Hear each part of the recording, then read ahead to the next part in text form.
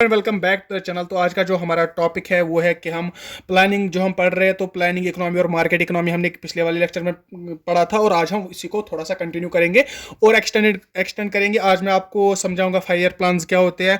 मैं topic touch करूंगा जिसका नाम है Indian economy on the eve of independence. तब क्या हालत थी इंडिपेंडेंस के टाइम पे, उससे डे बिफोर क्या हालत थी, और टाइप्स ऑफ इकोनॉमी हम आज डिस्कस करेंगे, ठीक है ना। जैसे कि हम सुनते आ रहे हैं कि इंडियन इकोनॉमी मिक्स्ड इकोनॉमी है। क्या मैंने आपको कहीं पे बताया मिक्स्ड इकोनॉमी क्या होती है? तो तभी ये टॉपिक्स आज हमें कवर करने हैं, ठीक है। तो चलिए हम स्टार्ट करते हैं। पहले मैं स्टार्ट करूंगा पहले ही एक क्वेश्चन के साथ। मैंने बताया था आपको कि जो हमारी प्लानिंग है वो प्लानिंग करता कौन है। एक कंट्री में प्लानिंग करता है, उसका नाम होता है प्लानिंग कमीशन, ठीक है ना, प्लानिंग कमीशन। और हमारी कंट्री में कौन करता है? प्लानिंग कमीशन ऑफ इंडिया, ठीक है ना, PCI, planning commission of India. PCI नहीं है, आप लिखिए बराबर। अगर आप नोट बना रहे हैं तो आप पूरा अच्छे से लिखिएगा। Planning commission of India, India में प्लान बनाता है फॉर द इकोनॉमी। ओके, ठीक है। इकोनॉमी किस तरह ग्रो हम करेंगे, जीडीपी किस तरह इंक्रीज करेंगे, हम सोशल वेलफेयर किस तरह करेंगे, ये सारा एक प्लान होता है। और ये प्लान कौन बनाता है? हमारा प्लानिंग कमीशन ऑफ इंडिया, ठीक है। ये तो समझ आ गया आपको। अब मसला आज का है, अगर आज की हम बात करेंगे ना, आज क्या ये प्लानिंग कमीशन अभी भी प्लान्स बनाता है? नहीं सर, अभी प्लान्स नहीं बनाता, क्योंकि इस प्लानिंग कमीशन ऑफ इंडिया को रिप्लेस किया गया था।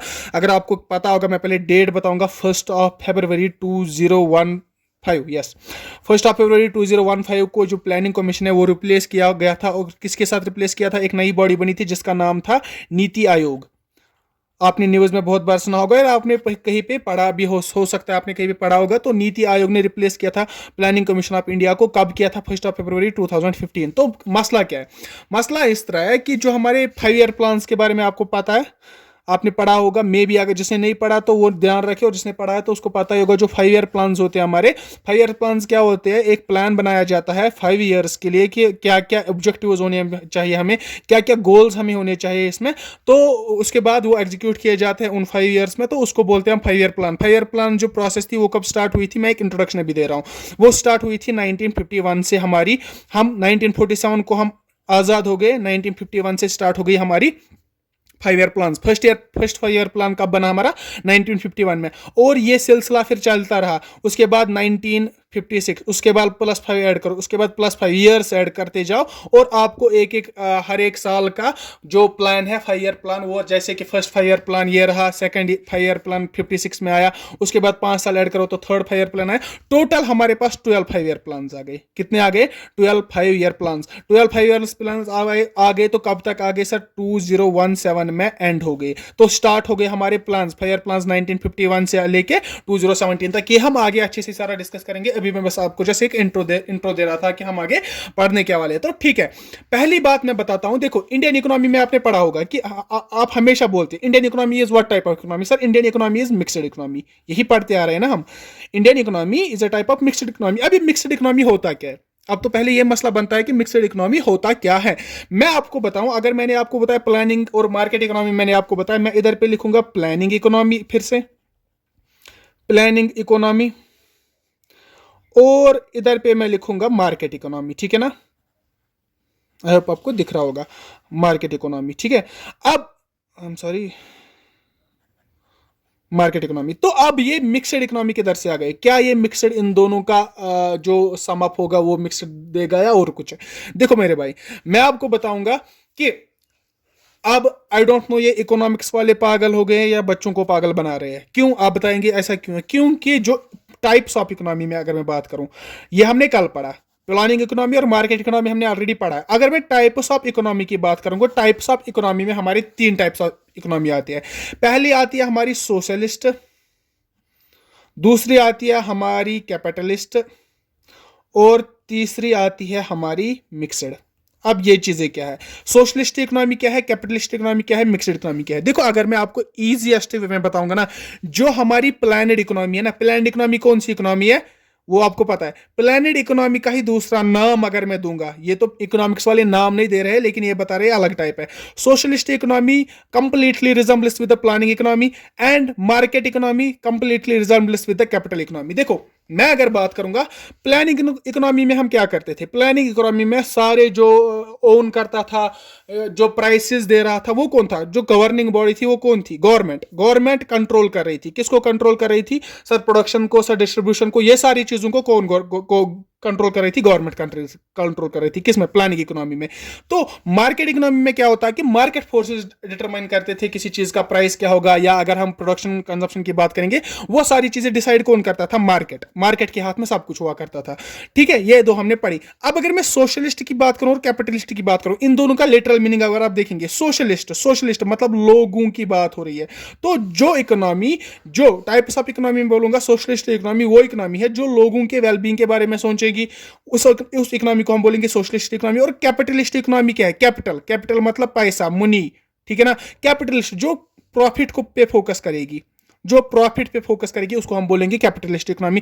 अब अगर पूरा मैं डिराइव करूं, सोशलिस्ट इकोनॉमी वही है जो प्लानिंग इकोनॉमी है, और कैपिटलिस्ट इकोनॉमी वही है जो मार्केट इकोनॉमी है। क्योंकि वर्ड से ही सीधा समझ आता है ना। अब ये बच्चों को, कई बार बच्चों में कंफ्यूजन रहता है। देखो, प्लानिंग मतलब गवर्नमेंट प्लान कर रहा है, सोशलिस्ट मतलब लोगों के वेलबींग के लिए, तो ये एक ही बात है। आप प्लानिंग इकोनॉमी बोले एक ही बात है, आप सोशलिस्ट इकोनॉमी बोले एक ही बात है। आप मार्केट इकोनॉमी बोले, मार्केट में क्या होता है, मार्केट फोर्सेज डिटरमाइन करते हैं प्राइस। ठीक है, जो इंडिविजुअल्स होते हैं, जो प्राइवेट बॉडीज होते हैं, उनके तक होता है प्रोडक्शन करना, वो सारी चीजें उनके अंडर होती है। तो कैपिटलिस्ट इकोनॉमी में भी वही चीजें होती है। सेम जो पॉइंट्स प्लानिंग इकोनॉमी में वही आएंगे हमारे सोशलिस्ट इकोनॉमी में, सेम जो पॉइंट्स मैंने लिखा है मार्केट इकोनॉमी में वही आएंगे हमारे कैपिटलिस्ट इकोनॉमी में। अब मिक्सड इकोनॉमी क्या है, मिक्सड इकोनॉमी इन दोनों का एक कॉम्बिनेशन है, इन दोनों का एक कॉम्बिनेशन है। अब मैं थोड़ा सा डिटेल लिखूंगा, आपको समझाऊंगा कि सोशलिस्ट इकोनॉमी क्या है, कैपिटलिस्ट इकोनॉमी क्या है और मिक्सड इकोनॉमी क्या है। आपके लिए इधर पे लिखूंगा कैपिटलिस्ट इकोनॉमी, ये क्या है, फॉर्म्स ऑफ इकोनॉमी, और क्या है सोशलिस्ट इकोनॉमी, और क्या हमारी मिक्सड इकोनॉमी। इन तीनों को मैं इधर पे डिफाइन करूंगा, आपको समझ आएगा। देखो, कैपिटलिस्ट इकोनॉमी मैंने क्या बताया, पैसों की बात चल रही है। कैपिटलिस्ट इकोनॉमी मतलब पैसों की बात चल रही है। मतलब अगर मैं इसको आप अपने याददाश्त के लिए, वरना तो इधर पे लिखना नहीं चाहिए, अगर मैं अपने याददाश्त के लिए इधर पे लिखूं, कैपिटलिस्ट इकोनॉमी हम किसको बोलेंगे और सोशलिस्ट इकोनॉमी की हम किसको बोलेंगे। सोशलिस्ट मतलब लोगों की बात हो रही है, तो मैं प्लान की बात करूंगा, प्लानिंग इकोनॉमी है, ये प्लानिंग इकोनॉमी ही है। और अगर मैं कैपिटलिस्ट इकोनॉमी की बात करूंगा, ये कौन सी इकोनॉमी है मेरे भाई, तो ये है हमारी मार्केट इकोनॉमी। ठीक है, मार्केट इकोनॉमी। ठीक है, अब मैं इसके पॉइंट्स थोड़े से आपको इलाबोरेट करूंगा एक बार फिर से। देखो, कैपिटलिस्ट इकोनॉमी में क्या होता है, हमने कल पढ़ा था कि जो मीन्स ऑफ प्रोडक्शन है वो इंडिविजुअल्स हैंडल करते हैं, सारा कुछ इंडिविजुअल्स हैंडल करते हैं, प्राइवेट बॉडीज हैंडल करते हैं। इंडिविजुअल्स में इधर पे लिखूंगा, इंडिविजुअल्स क्या क्या क्या करते हैं, उनका काम क्या होता है, प्रोडक्शन, कंजप्शन, डिस्ट्रीब्यूशन, ये काम किसका होता है, इंडिविजुअल्स का। ठीक है, और इसमें क्या होता है कैपिटलिस्ट में, मैंने पहले ही बताया, कैपिटल का मतलब आता है कि प्रॉफिट मैक्सिमाइजेशन। इसमें मेन मोटिव क्या होता है, प्रॉफिट मैक्सिमाइजेशन इस इकोनॉमी में। देखो, अगर हमारी country capitalist economy, capitalist thought follow कर रही है ना, ये स्कूल ऑफ थॉट है, capitalist school of thought, socialist school of thought. अगर हमारी country capitalist school of thought से चल रही है ना, कि मतलब इसका क्या मतलब है कि जो हमारी इकोनॉमिक प्लानिंग होगी उसमें हमारा मेन एम होगा प्रॉफिट मैक्सिमाइजेशन। किसी भी तरह हमें अपना जीडीपी ग्रो करना है, यही। उधर पे क्या होगा, उधर पे लोगों के वेलबींग के बारे में नहीं सोचा जाएगा, जहां पे कैपिटलिस्ट इकोनॉमी होती है, या जिसको हम मार्केट इकोनॉमी भी बोलते हैं। अब मैंने बात की प्रॉफिट मैक्सिमाइजेशन की, खाली बात प्रॉफिट मैक्सिमाइजेशन की बात होती है, लेकिन इधर पे एक इंपॉर्टेंट पॉइंट है, लॉ एंड ऑर्डर जो है, लॉ एंड ऑर्डर हमारा इंडिविजुअल्स पे मतलब डिपेंडेंट नहीं होता है। लॉ एंड ऑर्डर मेंटेन कौन करता है, sir, government, central government maintain करती है। मैंने क्या बताया, कैपिटलिस्ट इकोनॉमी है, मैंने क्या बताया, सारा काम इंडिविजुअल्स करते हैं, लेकिन कौन सा, प्रोडक्शन, कंजप्शन, डिस्ट्रीब्यूशन वाला काम है, ये काम है सारे ये ओन कौन करते हैं, ये ना जो हम रिसोर्सेज होते हैं हमारे, वो कहाँ पे एलोकेट करने हैं, कैसे हमें प्रोडक्ट्स बनाएंगे, कैसे हम इंप्रूवमेंट करेंगे, वो सारा काम कौन देखता है, हमारे प्राइवेट इंडिविजुअल्स देखते हैं। लेकिन इधर पे लॉ एंड ऑर्डर है ना, ये प्राइवेट इंडिविजुअल नहीं देखता, ये सेटल किसके कंट्रोल में रहता है, हमारे गवर्नमेंट के कंट्रोल में रहता है, वरना गवर्नमेंट तो इंटरफेयर नहीं करता है। अब कैपिटलिस्ट में खाली एक जगह पे गवर्नमेंट इंटरफेयर करता है, जो कि है लॉ एंड ऑर्डर।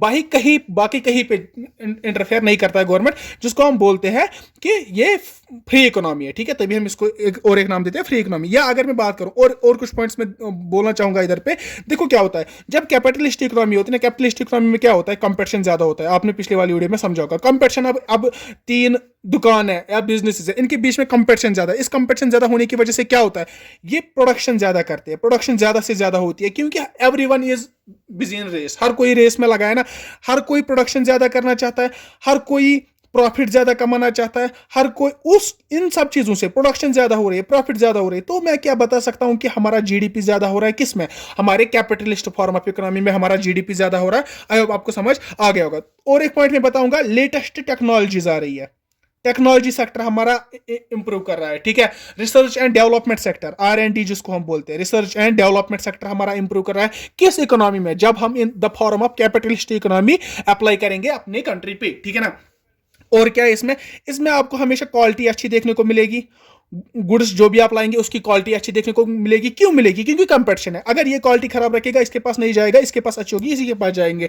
तो हर एक क्या करेगा काम कि क्वालिटी अच्छी रखना चाहेगा। जो भी आप गुड्स ला रहे हैं, चाहे आप खाने के लिए गुड्स ला रहे हैं, चाहे आप पहनने के लिए गुड्स ला रहे हैं, और कोई भी गुड्स अगर आप ला रहे हैं, आपको a wide range diverse quality देखने को मिलेगी, अच्छी क्वालिटी देखने को मिलेगी। R&D हमारा डेवलप होगा। किस तरह डेवलप होगा मैंने आपको समझाया। टेक्नोलॉजी डेवलप होगी किस तरह, जब हम कैपिटलिस्ट इकोनॉमी फॉलो करेंगे, इसके कंसेप्ट को फॉलो करेंगे। आई होप कि आपको ये चीजें समझ आ गई होंगी। अब हम मूव करेंगे अपनी सोशलिस्ट इकोनॉमी पे, या जिसको हम बोलते हैं प्लानिंग इकोनॉमी, ठीक है ना। अब ये क्या है प्लानिंग इकोनॉमी, मैंने आपको बताया कि गवर्नमेंट प्लान करे। अब जब गवर्नमेंट प्लान कर रहा है ना, वो हर एक के लिए प्लान बनाता है। ये गवर्नमेंट का प्लान होता है ना, वो हर एक के लिए होता है। अगर मैं बात करूं प्रोडक्शन, कंजप्शन, डिस्ट्रीब्यूशन, ये सारी चीजें कौन देखता है? हमारा गवर्नमेंट देखता है, ठीक है ना। ये मेन पॉइंट है, पहले ये देखता है हमारा गवर्नमेंट, ठीक है ना। डिसीजन मेकिंग अगर होगी, कोई भी डिसीजन मेकिंग होगी, इधर पे इंडिविजुअल डिसीजन मेकिंग करते हैं। Decision making like what, price क्या होगी वो इंडिविजुअल्स डिसाइड करते हैं। बेशक वह यहां पे तो मार्केट फोर्सेस पहले डिटरमाइन करते हैं, लेकिन रोल कौन प्ले करता है? इंडिविजुअल्स। लेकिन यहां पे पूरा रोल किसका होता है? गवर्नमेंट का। सोशलिस्ट में आप याद रखिए, जो काम लोगों के लिए होगा, लोगों के लिए मैं क्यों काम करूंगा? मैं तो अपना काम कर रहा हूं, मैं अपना बिजनेस बना रहा हूं, मैं अपने पैसे कमाने के लिए काम कर रहा हूं, लेकिन लोगों के लिए कौन काम कर रहा है? गवर्नमेंट काम कर रहा है। इसमें आते हैं हमारे हॉस्पिटल्स, इसमें आते हैं हमारे एजुकेशन, ठीक है ना, वेलफेयर, लोगों के लिए वो सारा काम कौन करता है? गवर्नमेंट। लेकिन जब हम सोशलिस्ट इकोनॉमी की बात करेंगे ना, यहां पे जो भी काम होगा, प्राइवेट इंडिविजुअल्स यहां पे है ही नहीं। प्राइवेट इंडिविजुअल्स को यहां पे जगह ही नहीं दी जाती है। यहां पे सारा काम गवर्नमेंट करता है। अब इसके कुछ डिमेरिट्स है, डिमेरिट्स भी है, मेरिट्स भी और डिमेरिट्स भी है हमारे सोशलिस्ट इकोनॉमी के, ठीक है। लेकिन एक बात याद रखनी है कि जो सोशलिस्ट इकोनॉमी है, वो टोटल एक ही बात पे फोकस करती है, जो कि हमारा सोशल वेलफेयर है। सोशल वेलफेयर, लोगों का किस तरह से फायदा हो जाए, उसी को तो हम सोशलिस्ट इकोनॉमी बोलते हैं। अब अगर मैं इधर पे बात करूंगा, एक तो ये सोशल वेलफेयर पे ज्यादा फोकस करता है। और सोशल वेलफेयर पे फोकस करने का मतलब क्या होता है कि ग्रोथ विथ सोशल जस्टिस होनी चाहिए। एक तो ग्रोथ होनी चाहिए, हमारा जीडीपी राइज होना चाहिए, लेकिन विथ सोशल जस्टिस।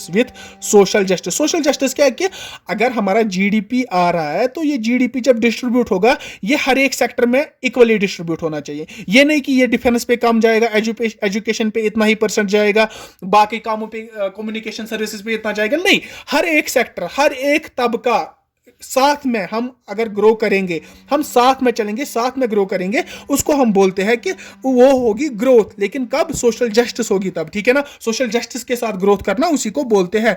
और एक बात, अब जब इसमें ग्रोथ होगी, अब आप मुझे बताएं, अब मैं बता रहा हूं सोशलिस्ट इकोनॉमी में जब ग्रोथ होती है, जब हमारा जीडीपी इंक्रीज होता है, तो उसकी रेट क्या होगी? ये बात आप याद रखिए, उसकी रेट स्लो होगी, इधर पे उसकी रेट फास्ट होगी। अब आप खुद कंपेयर करेंगे, क्यों यहां पे स्लो क्यों रेट होगी? क्योंकि ये जो ग्रोथ हो रही है ना, यहां पे ये तो देखो, लोगों, सोशलिस्ट मतलब क्या? लोगों की इकोनॉमी है ना, जो मतलब लोगों के वेलबींग के लिए बनाई जाएगी, तो उधर पे रेट कहीं ना कहीं आपको डाउन ही देखने को मिलेगी, क्योंकि प्रॉफिट की बात तो नहीं हो रही ना। अगर प्रॉफिट की बात होती, कंपटीशन उतना ज्यादा होता, तो जीडीपी भी उतना ज्यादा तेजी से ग्रो करता, क्योंकि प्रोडक्शन ज्यादा होती, क्योंकि प्रॉफिट ज्यादा होता, क्योंकि मनी सर्कुलेशन ज्यादा होता।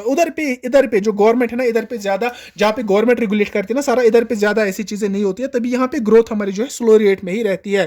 या अगर हम बात करेंगे इधर पे जो प्रॉफिट रहता है ना, प्रॉफिट हमेशा कम रहता है। किस इकोनॉमी में? सोशलिस्ट इकोनॉमी में। क्यों? अगेन सोशलिस्ट है ना, तभी इसमें प्रॉफिट कम रहता है। लोगों के बारे में सोचना है।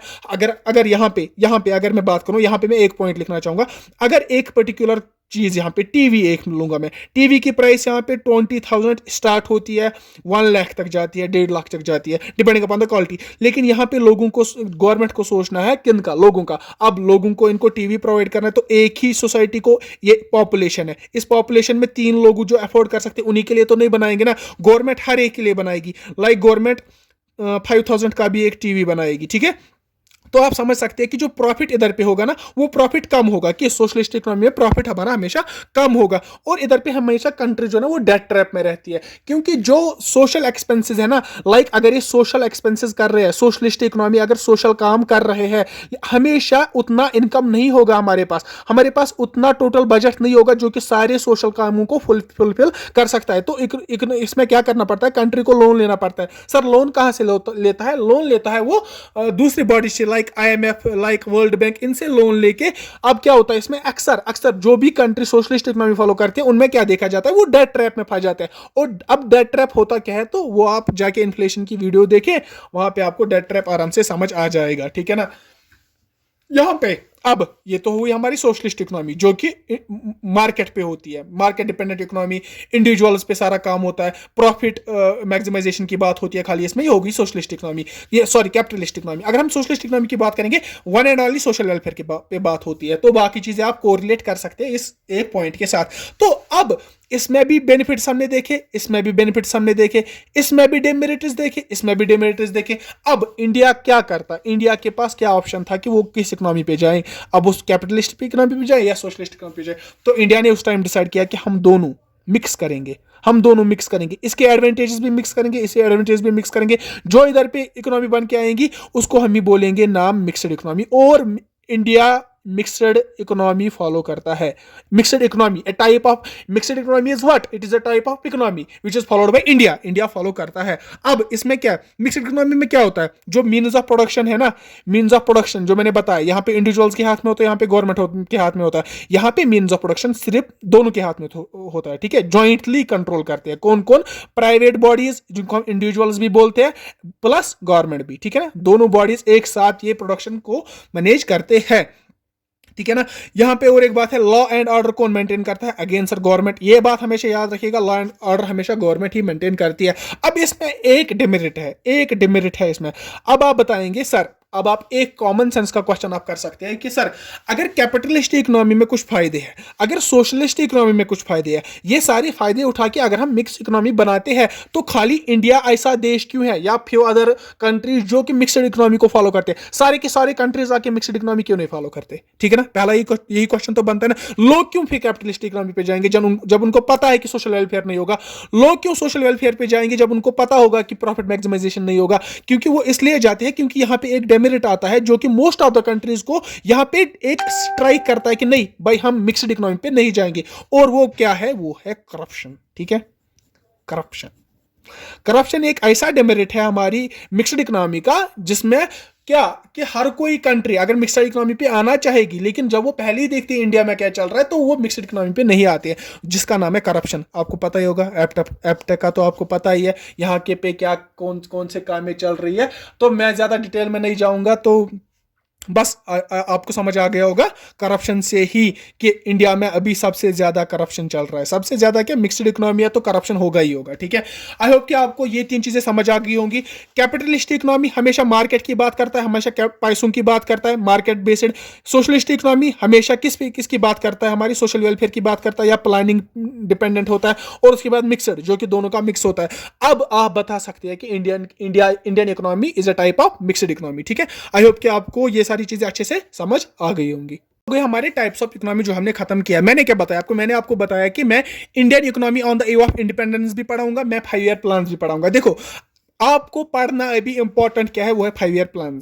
5 ईयर प्लान में भी क्वेश्चन पूछा जा सकता है, ये भी सिलेबस में लिखा नहीं है, वहां पे खाली प्लानिंग एंड मार्केट इकोनॉमी लिखा है। लेकिन मैं 5 ईयर प्लान्स भी टच कर रहा हूं क्योंकि मे भी इसमें से क्वेश्चन आ सकता है। मैं एक समरी में टच करूंगा, आप टेंशन नहीं लीजिए, 5-6 घंटे नहीं लूंगा मैं इस पे, मैं बस कुछ 10 मिनट्स में कंक्लूड करूंगा 5 ईयर्स प्लान। लेकिन 5 ईयर प्लान समझने से पहले, इस 5 ईयर प्लान को समझने से पहले मुझे आपको बताना है कि इंडियन इकोनॉमी कैसी थी जब इंडिपेंडेंस थी हमारी। जब 1947 में हमारी इंडिपेंडेंस आई, 1946 में हमारी इकोनॉमी कैसी थी, उसी को बोलते हैं Indian economy on the eve of independence. वो हम समझेंगे जब हम समझेंगे ना पहले हमारी बिफोर इंडिपेंडेंस हमारी इकोनॉमी कैसी थी, अब उसके बाद 5 इयर्स प्लान जब आए तो इकोनॉमी कैसी बनी, आप फिर अच्छे से कोरिलेट कर पाएंगे।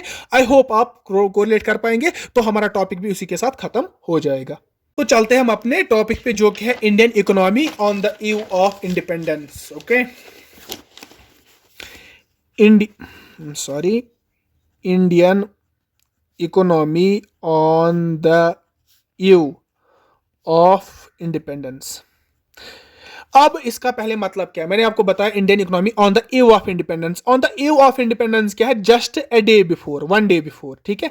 अब ये एक मतलब फ्रेज है आपको बताने के लिए कि ये बता रहा है कि इंडिपेंडेंस के टाइम पे, दैट इज 1947 और ए डे बिफोर, और वी कैन सिंपली से कि बिफोर इंडिपेंडेंस, बिफोर 1947 इकोनॉमी कैसी थी इंडिया की, इंडियन इकोनॉमी में क्या चल रहा था, वो सारी चीजें हम अच्छे से पढ़ेंगे, बहुत ही अच्छे से पढ़ेंगे, ठीक है ना।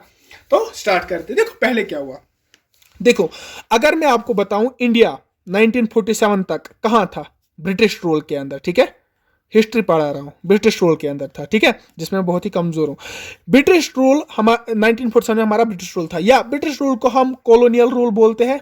हाँ सर बोलते हैं कॉलोनियल रूल। एक इंडिया क्या था, एक कॉलोनी थी, कॉलोनियल रूल चल रहा था इधर पे। अब इधर पे मैं बताऊंगा आपको कि यहां पे कॉलोनियल एक्सप्लॉयटेशन हुआ। कॉलोनियल एक्सप्लॉयटेशन मतलब क्या होता है, अब मैं बताऊंगा कि हमारा जो रिसोर्सेज है, हमारे रिसोर्सेज जो है, हमारे देखो इकोनॉमी कैसे बिल्डअप होती है। पहले जो हमारे रिसोर्सेज होते हैं उन रिसोर्स को हम एलोकेट करते हैं। एलोकेट कहाँ पे करते हैं, उनको प्रोडक्ट्स बनाने के लिए। रॉ रिसोर्सेज से हम क्या लाते हैं, रॉ मटेरियल्स लाते हैं। रॉ मटेरियल को एलोकेट करते हैं, उनसे हम फिनिश्ड गुड्स बनाते हैं, और फिनिश्ड गुड्स बनाने के बाद हम वो सेल करते हैं। इससे हमारा इकोनॉमिक सिस्टम एक चलता है। अब क्या हुआ, इंडिपेंडेंस से पहले क्या हुआ था, वो सारी चीजें हम यहाँ पे डिस्कस करेंगे। देखो इसमें इसको मैं नाम दूंगा, अगर आप नोट्स बना रहे हैं इसको नाम दे आप कॉलोनियल एक्सप्लॉयटेशन। कॉलोनियल एक्सप्लॉयटेशन मतलब ब्रिटिश ने हमारे रिसोर्सेज को एक्सप्लॉयट किस तरह किया था, हमारे रिसोर्सेज को बर्बाद किस तरह किया था, वो हम आगे पढ़ेंगे। तो कॉलोनियल एक्सप्लॉयटेशन में लिखूंगा इधर पे, कॉलोनियल एक्सप्लॉयटेशन हम पढ़ेंगे, क्योंकि मे भी आपको मत कॉलोनियल एक्सप्लॉयटेशन का ही बोलेंगे तो आपको पता नहीं होगा, तभी मैं सारे टर्म्स वन बाय वन समझा रहा हूं। तो कॉलोनियल एक्सप्लॉयटेशन में मैं बताऊंगा पहले हमारे एग्रीकल्चर सिस्टम पे क्या हुआ था। हमारे एग्रीकल्चर सिस्टम जो है हमारा, उस पे क्या हुआ था, उस टाइम क्या चल रहा था। क्योंकि देखो मेन जो हमारा इंडिया है ना, 70% इज डिपेंडेंट ऑन एग्रीकल्चर। अब एग्रीकल्चर का क्या सीन था वो हम देखेंगे। एग्रीकल्चर सिस्टम में क्या था, देखो गवर्नमेंट उस टाइम की जो थी ना, जो ब्रिटिश गवर्नमेंट थी, ये पागल थे। पागल क्यों थे, देखो इन्होंने क्या किया था, इन्होंने एक रिलेशन बनाया था बिटवीन, एक तो गवर्नमेंट थी, दूसरे थे जमींदार, तीसरे थे हमारे टिलर्स, ठीक है। ये तीन आप याद रखिए, ABC। अब कैसे हो गया हमारा एग्रीकल्चर सिस्टम है ना, उसको उसको बिफोर 1947 किस तरह एक्सप्लॉइट किया गया था वो मैं आपको दिखाऊंगा। देखो गवर्नमेंट क्या करता था, गवर्नमेंट करता था काम, गवर्नमेंट, जमींदार कौन थे, जमींदार कौन थे, जमींदार वो लोग थे जिनके पास मतलब जमीन हुआ करता था, वही तो है ना जमींदार। अगर आप उर्दू समझ रहे हैं, जमींदार मतलब जिनके पास जमीन है, ठीक है ना। अब जमींदार वो लोग थे जिनके पास जमीन था। अब गवर्नमेंट ऊपर से इनको टैक्स ले रही थी, इन पे टैक्स ले रही थी, ठीक है। अब जो गवर्नमेंट है वो जमींदारों से टैक्स ले रही थी in the form of rent, ठीक है। उनको हम उस टाइम उसको हम नाम देते थे रेंट। गवर्नमेंट रेंट ले रही थी, किसका, जमीन का। किन के, जमींदारों से। जमींदार कौन है, जमीन के ओनर्स, ठीक है। इन्हीं से रेंट लिया जाता था। अब ये पहले आपको ये और लग रहा होगा सुनने में, लेकिन गवर्नमेंट इन्हीं से रेंट लेती थी जमीन का। जमींदारों का ही जमीन होता था और गवर्नमेंट इनसे रेंट लेती थी। और उसके बाद क्या होता था, टिलर्स क्या होते थे। देखो जमींदार उस टाइम के थे ना, ये कम जमीन नहीं, आजकल जो दो लोग जाएंगे और करेंगे, इसमें बहुत सारे लेबर्स लगते थे करने में, तो उनको हम बोलते थे टिलर्स। टिलर्स क्या है, टिलर्स है लेबर्स। कौन लेबर, सर वो लेबर्स जो इस जमीन को चलाते थे। ये एक जमीन है, इधर पे मुझे खेती बाड़ी करनी है, यहाँ पे ये जमींदार का जमीन है, जमींदार ने यहाँ पे टिलर्स रखे हैं। टिलर्स लोग होते हैं, लेबर्स होते हैं, आजकल के टिलर्स नहीं, ठीक है, उनको वीडर बोला जाता है। तो यहाँ पे जो टिलर्स है वो काम करते थे, वो फार्मिंग करते थे, वो किसान थे। और जो जमींदार थे वो जमीन ओनर थे, वो खुद काम नहीं करते थे, उनके ऊपर एक बड़ी बला थी, वो थी गवर्नमेंट। गवर्नमेंट इनसे टैक्स लेती थी, और जमींदार कहाँ से टैक्स लेते थे, टिलर्स के पास से। अब क्या होता था, अब जमींदार जब टिलर से टैक्स लेते थे, तो जो टैक्स गवर्नमेंट जमींदारों से लेती थी, जमींदार उससे ज्यादा टैक्स टिलर से लेती थी, ठीक है। अब आपको ये आ गया समझ। अब उससे क्या हुआ, उससे ये सिस्टम, ये एग्रीकल्चर सिस्टम, कॉलोनियल एक्सप्लॉयटेशन चल रही है। हम कॉलोनियल एक्सप्लॉयटेशन देख रहे हैं कि जो ब्रिटिश गवर्नमेंट है उन्हें किस तरह हमारी एग्रीकल्चर को डिस्ट्रॉय किया था उस टाइम पे। अब जो ये सिस्टम था, इसमें मुझे बताइए, जो टिलर लोग थे, जमींदारों को तो फायदा होता था, ये लग्जरियस लाइफ जीते थे, गवर्नमेंट तो फायदे से ही थी, जब से यहाँ पे आई थी ब्रिटिश गवर्नमेंट तब से फायदे ही फायदे में थी, जमींदार भी इधर फायदे में थे। लेकिन जो टिलर्स थे, जो हमारे लेबर्स थे, जो कि ये काम करते थे, वो एक्चुअल में क्या थे, वो उनकी लाइफ मिजरेबल होती जा रही थी, डे बाय डे उनकी लाइफ मिजरेबल होती जा रही थी। तो क्या हुआ, जब ये कंटिन्यूअसली चलता रहा तो उससे क्या हो गया, जो डेवलपमेंट है ना एग्रीकल्चर में वो कम हो गई। ठीक है, एग्रीकल्चर में डेवलपमेंट कम हो गई, ये तो कॉमन सेंस की बात है ना। जब ऐसा सिस्टम होगा तो एग्रीकल्चर में डेवलपमेंट कहां से होगी। अगर सबसे ज्यादा फायदा टिलर्स को होता तो एग्रीकल्चर उतना ही ज्यादा बूस्टेड अप हुआ होता, उतना ही ज्यादा डेवलप्ड होता। लेकिन यहां पे टिलर्स जो लोग हैं उनकी ही लाइफ मिजरेबल बन गई थी, उनको खाने पीने के लिए तक पैसा नहीं मिल रहा था, उतना पैसा उनको दिया जा रहा था, एक टाइम का खाना उनसे लिया जाता था। मतलब अगर एक टिलर है, अगर एक लेबर है, उसको दिन में तो 3 बार खाना खाना है, दिन में काम करके खाली एक बार का खाना मतलब ले सकता था। इतना ज्यादा क्रूअल रूल था तब, इतना इस तरह के। अब जब इस तरह का रूल होगा, वहां पे क्या एग्रीकल्चर वहां पे डेवलप करेगा? नहीं सर, नहीं करेगा। तो वहां पे हमेशा एग्रीकल्चर क्या करेगा, कोई भी डेवलपमेंट नहीं दिखाएगा। तो इस तरह से हमारा एग्रीकल्चर सिस्टम है वो कॉलोनियल एक्सप्लॉयटेशन के तहत इतना ज्यादा मतलब अनडेवलप्ड रहा। ठीक है, ये तो था हमारा एग्रीकल्चर सिस्टम। अगर हम बात करेंगे दूसरा, मैं बात करूंगा इंडस्ट्रियल सिस्टम। ठीक है, ये मैं और एक्सप्लेन करूंगा, ये जो मैं अभी एग्रीकल्चर बता रहा हूं और मैं एक्सप्लेन करूंगा, आप टेंशन मत लीजिए, थोड़ी सी जगह छोड़ दीजिएगा एग्रीकल्चर के लिए भी, इंडस्ट्रीज के लिए भी। तो हम देखते हैं कि इंडस्ट्रियल सेक्टर को जो हमारे ब्रिटिशर्स है उन्होंने किस तरह से एक्सप्लॉइट किया हमारा इंडस्ट्रियल सेक्टर। दूसरा रहेगा हमारा इंडस्ट्रियल सेक्टर। ठीक है, इंडस्ट्रियल सेक्टर को कैसे एक्सप्लोर किया गया वो हम देखेंगे। देखो क्या हुआ, देखो इंडस्ट्रीज के नाम पे जब हम 1947 की बात कर रहे हैं, 1947 on the eve of independence, उस टाइम से पहले इंडस्ट्रीज क्या हुआ करती थी जब हमारे पास ब्रिटिश रूल था। तो यहाँ पे खाली एक ही इंडस्ट्री थी जो थी हैंडीक्राफ्ट। यही तो इंडस्ट्री एक बची थी हमारे इंडिया में। तो इधर पे क्या हुआ था, हैंडीक्राफ्ट्स को किस तरह एक्सप्लॉइट किया था, देखो आप समझना। पहला 2 केसेस में बनाऊंगा। पहला केस इस तरह हुआ था कि जो ब्रिटिशर्स थे, इस तरह आप बनाइए नोट, जो ब्रिटिशर्स थे उन्होंने क्या किया, हैंडीक्राफ्ट्स पे उन्होंने जो हमारी एक्सपोर्ट ड्यूटी है वो बढ़ा दी। एक्सपोर्ट ड्यूटी बढ़ाने से क्या होगा, एक्सपोर्ट ड्यूटी होता क्या है, एक्सपोर्ट ड्यूटी सर कुछ नहीं है, टैक्सेस है। अगर हमें कुछ एक्सपोर्ट करना है हमें उसके लिए टैक्स देना पड़ता है। तो एक्सपोर्ट ड्यूटी बढ़ा दी इन्होंने हैंडीक्राफ्ट्स के लिए। अब जब हैंडीक्राफ्ट से कुछ बन रहा है, कुछ कपड़े बन रहे हैं, जो भी बना रहे हैं, तो अगर वो एक्सपोर्ट करना है, अगर वो हमें इंटरनेशनली एक्सपोर्ट करना है, तो उसको पहले एक्सपोर्ट ड्यूटी इतनी बढ़ा दी इन्होंने कि उसकी डिमांड ही खत्म हो गई। मतलब डिमांड खत्म हो गई, नो डिमांड बची नहीं। क्या मतलब है इसका, कि जो हम प्रोडक्ट्स इधर से बेच रहे थे ना, वो बेच ही नहीं पा रहे थे, तो हैंडीक्राफ्ट्स इधर के इधर ही रह गए। ठीक है, अब दूसरा पार्ट क्या है, दूसरा पार्ट इस तरह, जो हमारे इंपोर्ट्स थे ना उधर के, उस टाइम पे जो इंपोर्ट्स थे ना, वो इंपोर्ट्स है ना उधर पे टैक्सेस फ्री कर दिए गए थे, नो टैक्सेस। इधर पे कोई भी टैक्स नहीं लगाया जाता था। अब हमारे देश में कुछ आ रहा है, इंडिया में कुछ आ रहा है, इंपोर्ट हो रहा है, उस इंपोर्ट होने पे कोई भी टैक्स नहीं लग रहा था। तो इसका मतलब क्या हुआ, इसका मतलब ये हुआ कि जो डिमांड थी हमारे मतलब गुड्स थी, कौन से गुड्स, जो ब्रिटिशर्स एक्सपोर्ट भी कौन करता था, ब्रिटिशर्स एक्सपोर्ट करते थे ब्रिटिश से। ठीक है ना, जैसे कि ईस्ट इंडिया कंपनी को ट्रेड मोनोपोली मिली थी, वो भी तो यहाँ पे इंपोर्ट कर रहे थे ना। अब वो बाद की बात है कि उनको खाली ट्रेड मोनोपोली या ना टी ट्रेड कर रहे थे। अब मैं जस्ट एक एग्जांपल से समझा रहा हूं कि जहां हम यहां से एक्सपोर्ट कर रहे थे वहां पे टैक्स ज्यादा भरना होता था, तो हम एक्सपोर्ट नहीं कर पाते थे, और जो वहां से आ रहा था उधर पे कोई भी टैक्स नहीं लग रहा था उस पर, तो इंपोर्ट्स बढ़ रहे थे। हम बताएंगे इंपोर्ट्स उधर पे बढ़ रहे थे और एक्सपोर्ट्स हमारे कम हो रहे थे। इससे क्या हुआ, इससे यह हुआ कि इंडस्ट्रियल सेक्टर एक्सप्लॉइट हो गया। अब समझने वाली बात इधर पे यह है कि जो इंपोर्ट हो रहे थे ना, जो यहां पे प्रोडक्ट्स इंपोर्ट हो रहे थे, वो मशीन मेड थे कि नहीं, क्योंकि ब्रिटिश में ऑलरेडी इंडस्ट्रियल रेवोल्यूशन था, तो वहां पे काफी सारी इंडस्ट्रीज पहले बन चुकी थी। जो इंपोर्ट हो रहा था वो मशीन मेड थे। अब जो मशीन मेड होंगे वो एक्सपेंसिव होंगे कि हैंडमेड, सर मशीन मेड कम एक्सपेंसिव होंगे। ठीक है, तब मशीन मेड की क्वालिटी भी अच्छी रहती थी। तो उस वजह से क्या हुआ कि जो डिमांड है, अब तो पहले इंटरनेशनल डिमांड आपको मैंने बताया कि किस तरह खत्म हो गई, जो अब जो डोमेस्टिक डिमांड थी वो खत्म कैसे की, इन्हें इस तरह खत्म की, जो इन्हें प्रोडक्ट्स अपने लाए उन पे कोई टैक्स नहीं दिया। दूसरा, वो प्रोडक्ट्स मशीन मेड थे, और तीसरा हैंडमेड के मुकाबले वो वहां पे टिक नहीं पाए। इस तरह हैंडीक्राफ्ट हमारा एक्सप्लॉइट हो गया। आई होप कि आपको समझ आ गया होगा कि हैंडीक्राफ्ट सेक्टर या जिसको हम इंडिया का इंडस्ट्रियल सेक्टर बोलते हैं, कि वो ब्रिटिशर्स ने किस तरह से एक्सप्लॉइट किया था 1947 से पहले, बिफोर द एव ऑफ और on the above of independence, हमारा इंडस्ट्रियल सेक्टर कैसे एक्सप्लॉइट हो गया था। अब तीसरा मैं बताऊंगा इंटरनेशनल ट्रेड। इंटरनेशनल देखो, इंटरनेशनल ट्रेड की बात करूं मैं, इंटरनेशनल ट्रेड कैसे एक्सप्लॉइट किया था, सेम इसी एग्जांपल पे जाए। एक्सपोर्ट ड्यूटी देनी पड़ती थी, उतनी एक्सपोर्ट ड्यूटी देनी पड़ती थी जितना हम अफोर्ड ही नहीं कर सकते थे, और इंपोर्ट तो बिल्कुल ही फ्री थे। अब इससे क्या हो गया, जब इंडिया से क्या कर रहे थे लोग, देखो इंडिया से ये ले जा रहे थे रॉ मटेरियल, कौन, ब्रिटिशर्स ले जा रहे थे raw material India to Britain, ठीक है।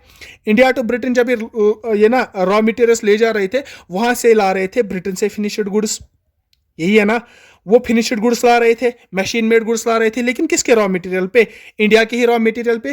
तो आप समझ सकते हैं कि किस तरह से हमारा जो इंटरनेशनल ट्रेड है वो भी ब्रिटिशर्स ने on the eve of independence वो भी कैसे एक्सप्लॉइट हो गया।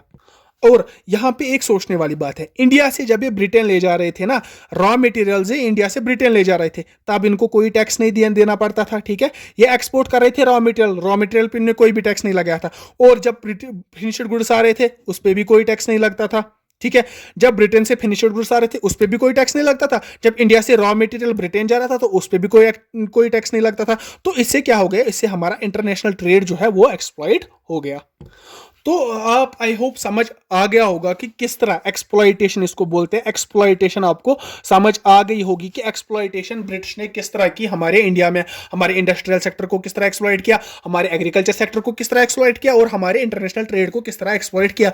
अब मैं इन्हीं पॉइंट्स को कुछ मोटे मोटे अल्फाजों में अगर आपको बताना चाहूंगा, मैं कुछ इस तरह लिखूंगा। देखो, मैं अगर फीचर्स बताऊंगा, फीचर्स ऑफ इंडियन इकोनॉमी अगर मुझे कोई बताएगा, फीचर्स जनरल फीचर्स, ऊपर से मुझे बताओ कि फीचर्स ऑफ इकोनॉमी क्या थे, इंडियन इकोनॉमी हम पढ़ रहे थे, इंडियन इकोनॉमी के क्या फीचर्स थे on the eve of independence. Independence के टाइम पे हमारी जो फीचर्स थे इकोनॉमी की, इकोनॉमी कैसी थी, ठीक है ना। हम इसी को तो बोलते हैं ना features of Indian economy on the eve of independence. देखो क्या होता था, पहला अगर मैं फीचर्स उस टाइम पे बात करूंगा, हमारी जो इकोनॉमी थी वो थी स्टैग्नेट इकोनॉमी।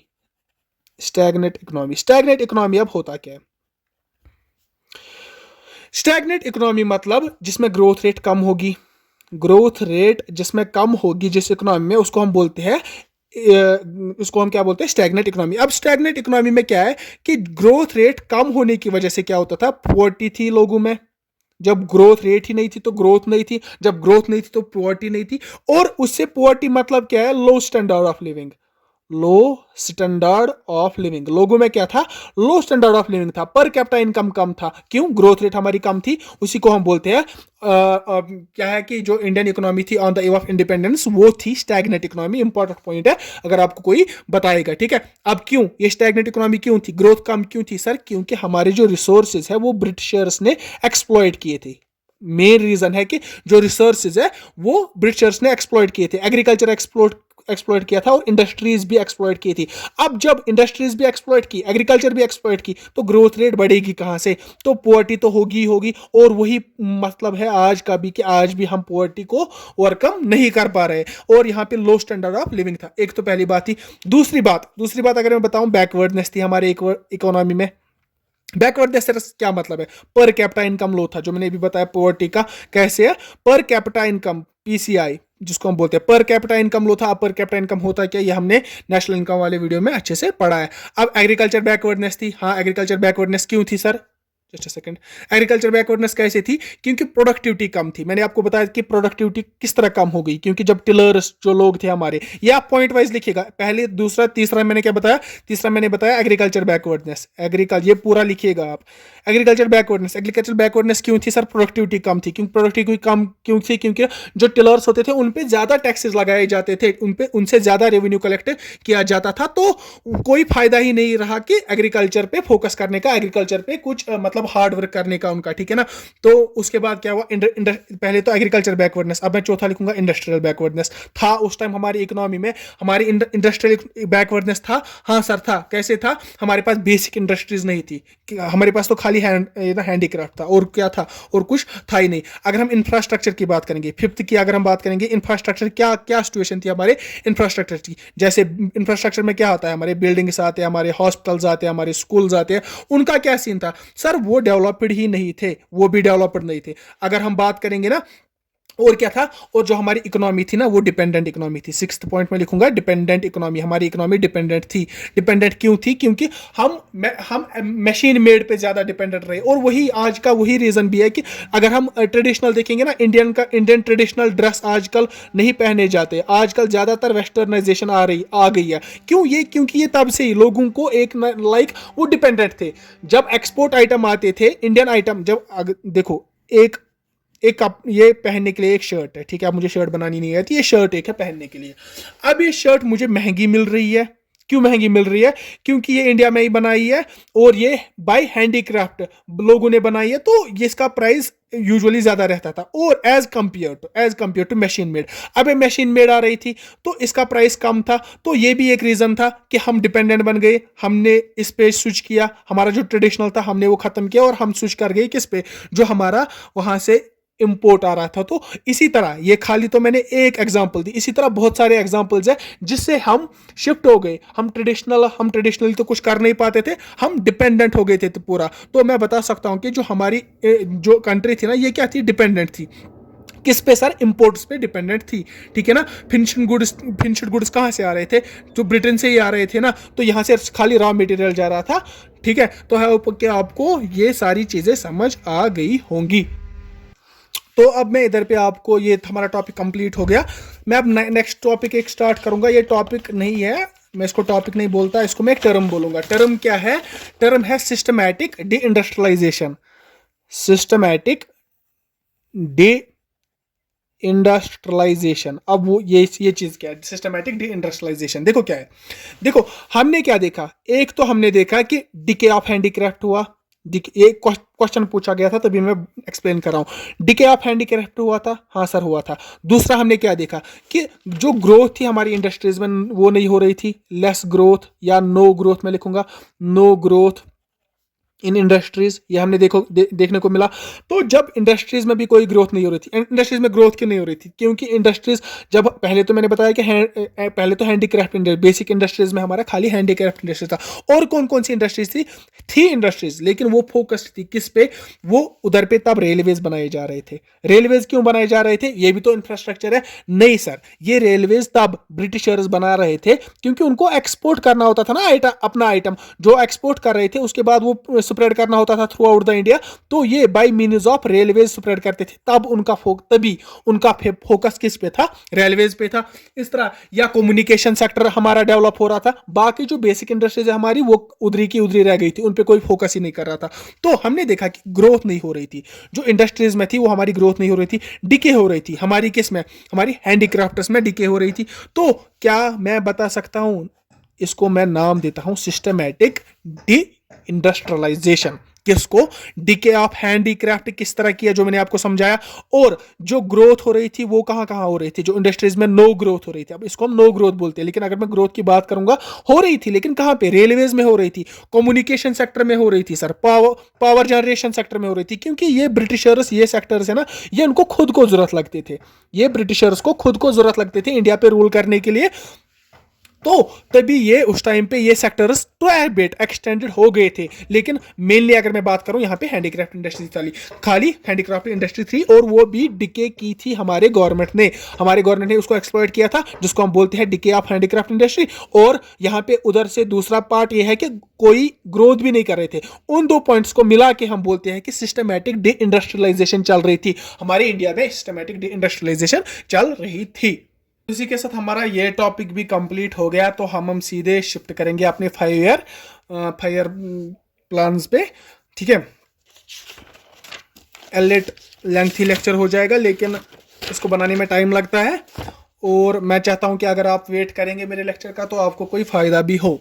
ठीक है, अब हम देखेंगे 5 ईयर प्लान्स के बारे में, हम थोड़ा सा पढ़ेंगे 5 ईयर प्लान्स।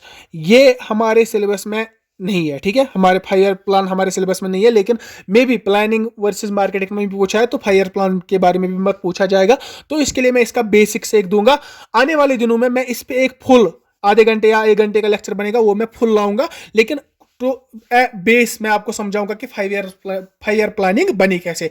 अब हमने देखा इंडिपेंडेंस पे क्या था, तभी मैं आपको समझा रहा था कि इंडिपेंडेंस के टाइम पे हमारी इकोनॉमी कैसी थी। आपने देखा कि एक्सप्लॉइट कितनी हो गई थी, ठीक है, हमारी इंडियन इकोनॉमी स्टैग्नेंट इकोनॉमी थी, वो सारी चीजें मैंने आपको बताई। अब जब इंडिया आजाद हो गया 1947 में, इंडिया आजाद हो गया, तब उसके बाद क्या हुआ, उसके बाद क्या हुआ, अब हमें तो रिकवर करना था ना। जो सारी चीजें ब्रिटिश ने एक्सप्लॉइट की थी उनको तो रिकवरी तो लानी थी ना। तो क्या हुआ कि 1951 में ये डिसाइड किया गया, 1951 से हम क्या करेंगे कि हम प्लान्स 5 ईयर्स के लिए एक प्लान लाएंगे, 5 ईयर्स के लिए एक प्लान लाएंगे। स्टार्टिंग फ्रॉम 1951 एक प्लान बनाया गया और बताया गया कि आफ्टर ईच 5 ईयर हम एक प्लान बनाएंगे, उस प्लान के अकॉर्डिंग हम चलेंगे और हम economic development, economic growth, sustainability जो भी चीज़ें हैं उनको ओवरकम करेंगे, इंडस्ट्रीज वगैरह सारे सेक्टर को हम ओवरकम करेंगे और हम अपने इंडिया को, जो हमारा कंट्री है, उसको हम फिर से मतलब इकोनॉमिक बूस्ट देंगे। ठीक है ना, ये एक मोटो था हमारे 5 ईयर प्लान्स का। तो कब स्टार्ट हो गया, 1951 में हमारा पहला 5 ईयर प्लान आ गया।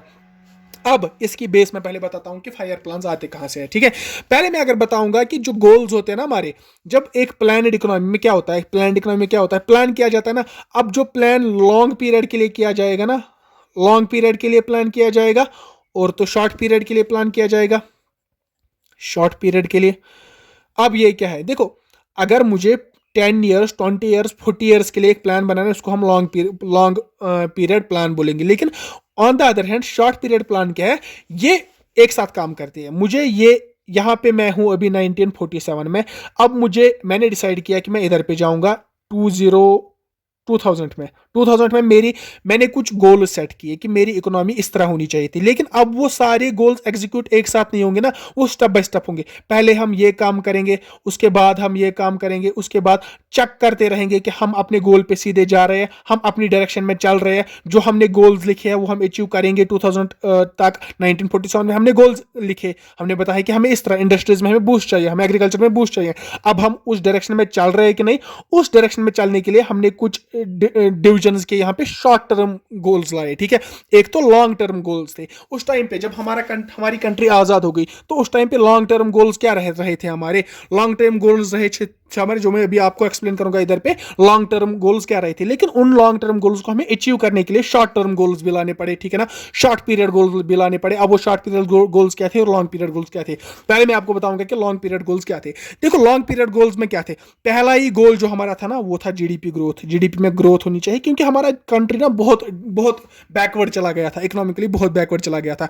किस तरह ये जीडीपी ग्रोथ किस तरह होती, आउटपुट मैक्सिमाइजेशन से, प्रोडक्शन मैक्सिमाइजेशन से हमारी ग्रोथ मैक्सिमाइज होती। तो ये हमारा पहला मोटिव था, किसमें, लॉन्ग पीरियड गोल्स की बात कर रहा हूं। ठीक है, दूसरा अगर मैं लॉन्ग पीरियड की बात करूंगा, हमारी कंट्री ने डिसाइड किया कि हम फुल एम्प्लॉयमेंट देंगे। फुल एम्प्लॉयमेंट मतलब क्या है कि जो प्रोडक्शन है उसमें लोगों का इन्वॉल्वमेंट होगा। हम बहुत ज्यादा लेबर्स लाएंगे, हम ज्यादा लोगों को अपॉर्चुनिटी देंगे कि वो प्रोडक्शन करे। इवेंचुअली जब प्रोडक्शन ज्यादा होगी तब क्या होगी, इनकम ज्यादा होगी, और जब इनकम ज्यादा होगी तब क्या होगी, तब हमारी ग्रोथ भी ज्यादा होगी। ठीक है, यह है फुल एम्प्लॉयमेंट, दूसरा गोल था। हमारा तीसरा गोल था इक्वल डिस्ट्रीब्यूशन। इक्वल डिस्ट्रीब्यूशन क्या मतलब है, इक्वल डिस्ट्रीब्यूशन का मतलब है जो हमारा जीडीपी होगा। अब हमारा कुछ जीडीपी आ गया, लाइक 10 लाख 20 लाख हमारा जीडीपी है। अब ये किस तरह डिस्ट्रीब्यूट करना है, हमारे सेक्टर्स ऑफ इकोनॉमी में किस तरह ये डिस्ट्रीब्यूट करना है, उसको हम बोलते हैं इक्वल डिस्ट्रीब्यूशन। ठीक है ना, जीडीपी को डिस्ट्रीब्यूट करना। अगर हमारा, लाइक मैं अपने घर में हूँ, मैं 1000 रुपीज कमाता हूँ एक महीने का। अब ये 1000 में किस तरह इस्तेमाल करूंगा, मैं तेल कितने का लाऊंगा, मैं गैस कितने का लाऊंगा, मैं बच्चों को फी कितना दूंगा, इसी को हम डिस्ट्रीब्यूशन बोलते हैं ना। ऐसा नहीं है कि मैं एक बच्चे को फी दूंगा दूसरे बच्चे को दूंगा ही नहीं, ये बच्चा मतलब प्रोडक्टिव बनेगा और ये बच्चा नहीं बनेगा, तो इसको हम बोलते हैं ये इक्वल डिस्ट्रीब्यूशन नहीं हुई। अब इक्वल डिस्ट्रीब्यूशन ऑफ जीडीपी में क्या था, जो जीडीपी हमारी नेशनल इनकम बनती थी उसको हम किस तरह से डिस्ट्रीब्यूट करेंगे, इसको हम किस तरह इक्वली डिस्ट्रीब्यूट कर पाएंगे, उसी को हम इक्वल डिस्ट्रीब्यूशन बोलते हैं। चौथा हमारा जो गोल था वो था मॉडर्नाइजेशन। मॉडर्नाइजेशन क्या है, मॉडर्नाइजेशन क्या है, इंडस्ट्रीज में बूस्ट लाना, नई नई इंडस्ट्रीज लाना, नई नई टेक्नोलॉजीज लाना, ठीक है ना। मतलब फैक्टर्स ऑफ प्रोडक्शन जो है वो नए नए, मतलब R&D जो है ना, R&D डेवलप करना, उसी को हम मॉडर्नाइजेशन बोलते हैं। ये हमारे कौन थे, बड़े बड़े गोल्स थे, कब, 1947 में, ठीक है ना। ये हमारे बड़े बड़े गोल्स थे। या अगर मैं फिफ्थ बात में लिखूं इधर पे, सेल्फ सफिशिएंसी। सेल्फ सफिशिएंसी क्या थी, कि हमने पढ़ा कि हमें, हमारी जो कंट्री थी वो on the eve of independence क्या थी, वो डिपेंडेंट कंट्री थी, वो इंपोर्ट्स पे डिपेंडेंट थी। लेकिन यहां पे अगर हम बात करेंगे लॉन्ग टर्म पीरियड में, हमने पहले ये गोल बनाया कि सेल्फ सफिशिएंट होनी चाहिए हमारी जो कंट्री है ना, वो सेल्फ सफिशिएंट होनी चाहिए। सेल्फ सफिशिएंट क्या मतलब, क्या है कि एटलीस्ट अगर हम एक्सपोर्ट भी नहीं करें, लेकिन इंपोर्ट जितना हमें खुद को जरूरत लगेगा वो हमारा कंट्री में ही प्रोड्यूस हो जाए, उसको हम बोलते हैं सेल्फ सफिशिएंट होना। तो ये कुछ गोल्स है जो हमारे 1947 में थे, लॉन्ग पीरियड गोल्स, ठीक है। अब इन लॉन्ग पीरियड गोल्स को अचीव कैसे करेंगे हम, ये मसला था। उधर पे मसला था कि इन लॉन्ग पीरियड गोल्स को हम अचीव कैसे करेंगे। ये लॉन्ग पीरियड गोल्स को हम अचीव कर सकते थे जब हम शॉर्ट पीरियड गोल्स बनाएंगे। अब वो शॉर्ट पीरियड गोल्स कौन से थे, हमारे 5 ईयर प्लान्स, ठीक है। वही हमारे कहलाते हैं 5 ईयर प्लान्स, कौन से, शॉर्ट टर्म पीरियड्स। अब ये तो पढ़ना आपको जरूरी है ना पहले, तभी तो आपको समझ आया जाएगा ना। अब किस तरह ये 5 ईयर प्लान्स बने, देखो मैंने आपको क्या बताया, जो पहला, जस्ट अ सेकंड, जो हमारे 5 ईयर प्लान थे ना, वो कब से स्टार्ट हो गई सर, 1951 में, 1951 से स्टार्ट हो गई। पहला जो हमारा 5 ईयर प्लान बना 1951 से कब तक होगा, 5 ईयर्स ऐड करो, 1956 हमारा पहला 5 ईयर प्लान बना, जिसमें हमारा, अब हमें क्या पढ़ना है इसमें, हमें सारा 5 ईयर प्लान पढ़ना है, नहीं सर ये कोई जरूरी नहीं है कि हाँ मैं पढ़ाऊंगा, मैं कुछ टाइम के बाद मैं पूरा एक लेक्चर लाऊंगा कि मैं पूरा अच्छी तरीके से पढ़ूंगा। लेकिन इधर पे आपको गोल्स याद रखने कि उधर पे तब हमारा गोल क्या था, तब पहला जो 5 ईयर प्लान बना हमारा, तब हमारा गोल था कि एग्रीकल्चर की प्रोडक्टिविटी है ना, पहले मैं लिखूंगा इधर पे, एग्रीकल्चर प्रोडक्टिविटी को इंक्रीज करना, ठीक है। ये हमारा पहले 5 ईयर प्लान का गोल था। अब जो हमारा दूसरा 5 ईयर प्लान था, उस टाइम पे क्या गोल था हमारा, इंडस्ट्रीज को बूस्ट करना, ठीक है। इंडस्ट्रीज की प्रोडक्टिविटी को बूस्ट करना, क्यों, क्योंकि मेनली जो एक्सप्लॉइट हुए थे ना, वो पहले एग्रीकल्चर हुआ था, उसके बाद इंडस्ट्रीज हो गई थी। ये तो मैंने आपको बताया। तभी हमारे 5 ईयर प्लान में पहले क्या, एग्रीकल्चर पे फोकस किया गया, उसके बाद इंडस्ट्रीज पे फोकस किया गया कि किस तरह से इनकी इनकी जो हमारी जो प्रोडक्टिविटी है वो इंक्रीज हो जाएगी। अब आप बताएंगे, पहला तो हमारा 1951 से हुआ, फिर 1956 तक हमारा पहला 5 ईयर प्लान था। अब दूसरा 5 ईयर प्लान कब था सर, सीधे ऐड करो ना, 1956 को 5 ईयर्स ऐड करो, वो बन जाएगा हमारा, जो भी बन जाएगा वो था हमारा सेकंड 5 ईयर प्लान। अब थर्ड 5 ईयर प्लान, ये आप खुद ही डेट आप खुद ही लिखिएगा, मैं बस बताऊंगा कि थर्ड 5 ईयर प्लान में क्या हुआ, सेल्फ सफिशिएंसी।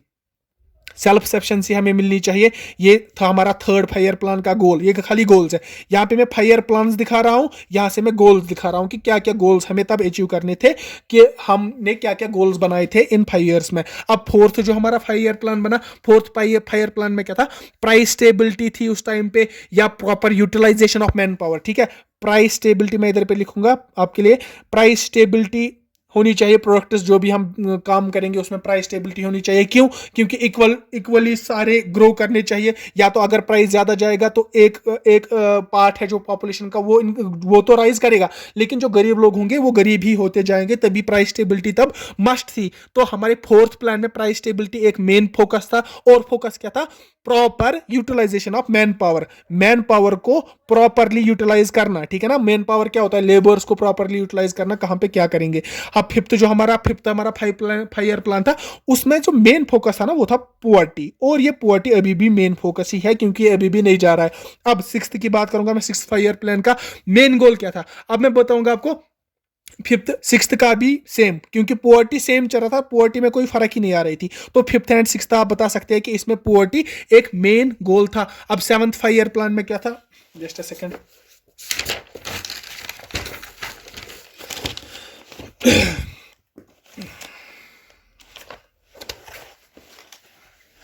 अगर मैं अपने सेवंथ 5 ईयर प्लान की बात करूंगा ना, सेवंथ 5 ईयर प्लान में क्या था, हम एम्प्लॉयमेंट अपॉर्चुनिटी क्रिएट करेंगे, ज्यादा एम्प्लॉयमेंट अपॉर्चुनिटीज हम क्रिएट करेंगे। ये आपको समझ आ रहा है ना, ये जो हम गोल्स पढ़ रहे हैं ना अभी, ये एट द एंड, ये जो हम 5 ईयर प्लान्स पढ़ रहे हैं ना, ये एट द एंड कहीं ना कहीं इससे रिलेट करते हैं कि हमारा गोल तो एट द एंड ये रहेगा, लेकिन हम इसको किस तरह अचीव करेंगे। जब हम ये सारे प्रोसेसेस कंप्लीट करेंगे तो हम कहाँ पे पहुंचे थे, हमारे 7th फाइव ईयर प्लान पे, जो कि हमारा था ग्रेटर एम्प्लॉयमेंट अपॉर्चुनिटीज होनी चाहिए लोगों में, हम ज्यादा से ज्यादा एम्प्लॉयमेंट अपॉर्चुनिटीज क्रिएट करेंगे। जितने ज्यादा एम्प्लॉयमेंट अपॉर्चुनिटीज क्रिएट करेंगे उतने ज्यादा लोग प्रोडक्शन करेंगे, जितने ज्यादा लोग प्रोडक्शन करेंगे उतनी ज्यादा इनकम आएगी, उतना ज्यादा हमारा जीडीपी बनेगा। ये एक हमारा मैं रिलेशन बता रहा हूं आपको, ठीक है ना। 8th की अगर मैं बात करूंगा ना, 8th फाइव ईयर प्लान का, वो था फिर से एम्प्लॉयमेंट, उधर पे एक फोकस था। दूसरा था यूनिवर्सलाइजेशन ऑफ एजुकेशन, एजुकेशन पे फोकस था। आप एजुकेशन लिख दीजिए इधर पे। 8th फाइव ईयर प्लान हमारा था, उसमें एजुकेशन पे फोकस था। 9th फाइव ईयर प्लान पे हमारा फोकस था ग्रोथ करना है, इकोनॉमिक ग्रोथ अचीव करनी है हमें, प्राइस स्टेबिलिटी फिर से, ठीक है, एंड एनवायरमेंटल सस्टेनेबिलिटी जो इंपॉर्टेंट है। एनवायरमेंटल सस्टेनेबिलिटी, एनवायरमेंटल सस्टेनेबिलिटी क्या मतलब क्या होता है। अगर हम एनवायरमेंट को यूज करें, एनवायरमेंट क्या है हमारे पास, रॉ मटेरियल है ना, लाइक फॉरेस्ट से हमारे पास ये क्या है, रॉ मटेरियल हमारे पास कोई प्रोडक्ट बनाने के लिए। अब हम इसको किस तरह यूज करेंगे, हम तो सारा का सारा नहीं काट के लाएंगे ना और यूज करेंगे, हम अपना जीडीपी बनाएंगे, नहीं, हम उस तरह से लाएंगे जिससे कि हमारे एनवायरमेंट को कोई नुकसान ना पहुंचाए, हार्मफुल इफेक्ट्स ना आए हमारे एनवायरमेंट पे। उसी को हम बोलते हैं एनवायरमेंटल सस्टेनेबिलिटी को दिमाग में रखना। हमें ग्रोथ करनी है लेकिन एनवायरमेंटल सस्टेनेबिलिटी को दिमाग में रख के, ठीक है। 10th फाइव ईयर प्लान क्या था हमारा, 10th फाइव ईयर प्लान था पर कैपिटा इनकम को इंक्रीज करना, या मैं बताऊंगा better quality of life, better quality of life लोगों में होना। ये था हमारा goal of the 10th five year plan. 11th five year plan क्या था हमारा, 11th फाइव ईयर प्लान था हमारा पुअर्टी, जॉब क्रिएशन और क्या था, प्रोटेक्शन ऑफ एनवायरमेंट। फिर से पुअर्टी फोकस था, जॉब क्रिएशन फोकस था, प्रोटेक्शन ऑफ एनवायरमेंट फोकस था, ठीक है ना। ये था हमारा गोल किसका, 11th फाइव ईयर प्लान का। और उसके बाद 12th five year plan, 12th five year plan में क्या हो रहा है कि सस्टेनेबल डेवलपमेंट, सस्टेनेबल डेवलपमेंट, जो कि मैंने आपको अभी एक्सप्लेन किया। तो ये थे हमारे गोल्स, जो हमारे 12 ही है हमारे पास, 12 ही फाइव ईयर प्लान है। उसके बाद हमने 13 फाइव ईयर प्लान क्यों नहीं किया, क्यों, क्योंकि जो मैंने आपको बताया, डेट आप खुद ही लिखना, जो 12th फाइव ईयर प्लान है मैं बताऊंगा ये 2017 तक था, ठीक है। 2000 कब से, 2012 से 2017 तक हमारा 12th फाइव ईयर प्लान था। लेकिन इसके बीच ही में मैं बताऊंगा 2015 में नीति आयोग आ गया। नीति आयोग मैंने पहले ही बात की स्टार्टिंग पे, नीति आयोग ने रिप्लेस किया किसको, प्लानिंग कमीशन ऑफ इंडिया को। उसके बाद कोई भी फाइव ईयर प्लान नहीं बना। तो हमारे पास टोटल 12 फाइव ईयर प्लान है, जो कि मैंने आपको बताए, इनके गोल्स भी मैंने आपको बताए। और उसके बाद मैंने क्या बताया कि नीति आयोग है। अब नीति आयोग को मैं थोड़ा सा लिटिल, अब जब इतना खर्चा हो ही गया तो मैं इनका इंट्रोडक्शन थोड़ा सा दूंगा। अब नीति आयोग क्या है, नीति आयोग में एक गवर्निंग काउंसिल होती है, गवर्निंग काउंसिल, उसके अंडर में होती है रीजनल काउंसिल, और उसके अंडर होते हैं एक्सपीरियंस्ड और या तो टीम ऑफ एक्सपर्ट्स में बताऊंगा, टीम ऑफ एक्सपर्ट्स। यह हमारा नीति आयोग। नीति आयोग, अब गवर्नर इन काउंसिल क्या है, जो चीफ मिनिस्टर होगा। अब रीजनल काउंसिल क्या है, हर एक रीजन में चीफ मिनिस्टर कौन है, ठीक है। अब यहाँ पे प्राइम मिनिस्टर, ठीक है। प्राइम मिनिस्टर कौन है कंट्री का, वही गवर्निंग काउंसिल का हेड भी होगा, गवर्निंग काउंसिल का चेयरमैन भी होगा। अब रीजनल काउंसिल जो है उसका चेयरमैन कौन होगा, स्टेट का चीफ मिनिस्टर कौन होगा, वो रीजनल काउंसिल का हेड बनेगा। और उसके बाद गाइड करने के लिए टीम ऑफ एक्सपर्ट्स उधर पे थी। तो ये अब इनका मकसद क्या था कि हम किस तरह से सस्टेनेबिलिटी किस तरह से लाए, हम ग्रोथ किस तरह करेंगे, हम पॉवर्टी को किस तरह खत्म करेंगे। ये कुछ थे हमारे नीति आयोग, मतलब प्लानिंग कर रहे हैं कि हम किस तरह से करेंगे। एट द एंड मैं बताऊंगा कि ये 10 to 15 ईयर्स तक प्लान बनाएंगे। लेकिन इसके बाद मैं क्या बताऊंगा कि 5 ईयर प्लान वगैरह ये सिस्टम खत्म हो गया। और मैं ये भी नहीं लिखूंगा कि 15 ईयर प्लान बनाया नीति आयोग ने, ये भी मैं ये भी नहीं लिख सकता, ठीक है। तो आई होप कि आपको ये समझ आ गया होगा। आई होप आपको सारी चीजें समझ आ गई होगी। जो प्लानिंग कमीशन ऑफ इंडिया काम कर रही थी वही नीति आयोग काम करेगी। लेकिन जो नीति आयोग है वो कोई पर्टिकुलर टाइम बाउंड के लिए नहीं बनाएगा कि मैं 5 ईयर्स के लिए करूंगा या क्या करूंगा। इसके बाद भी मैं और कुछ पॉइंट्स देखूंगा, मैं कुछ और रिसर्च करूंगा नीति आयोग के बारे में, क्योंकि मैंने अभी इस पे ना तो मैंने रिसर्च किया ना मैंने पढ़ा है। और मैं नेक्स्ट वीडियो लाऊंगा, next time I don't mean कि कल वाली वीडियो में, मैं तो पहले सिलेबस कंप्लीट करूंगा। उसके बाद मैं 5 ईयर प्लान्स पे पूरी अच्छी वीडियो बनाऊंगा, पूरी 1 घंटे की बनेगी, आधे घंटे की बनेगी, मुझे नहीं पता। उसके बाद नीति आयोग पे भी हम अच्छे से डिस्कस करेंगे, ठीक है ना। आई होप कि आपको ये सारी चीजें अच्छे से समझ आ गई होंगी। आज का वीडियो थोड़ा सा लेंथी था, मेरा गला भी थोड़ा सा बैठ चुका है, तो हम अब हम कंक्लूड करेंगे। Thanks for watching and take care, please like share and subscribe this channel. Thanks for watching and good bye.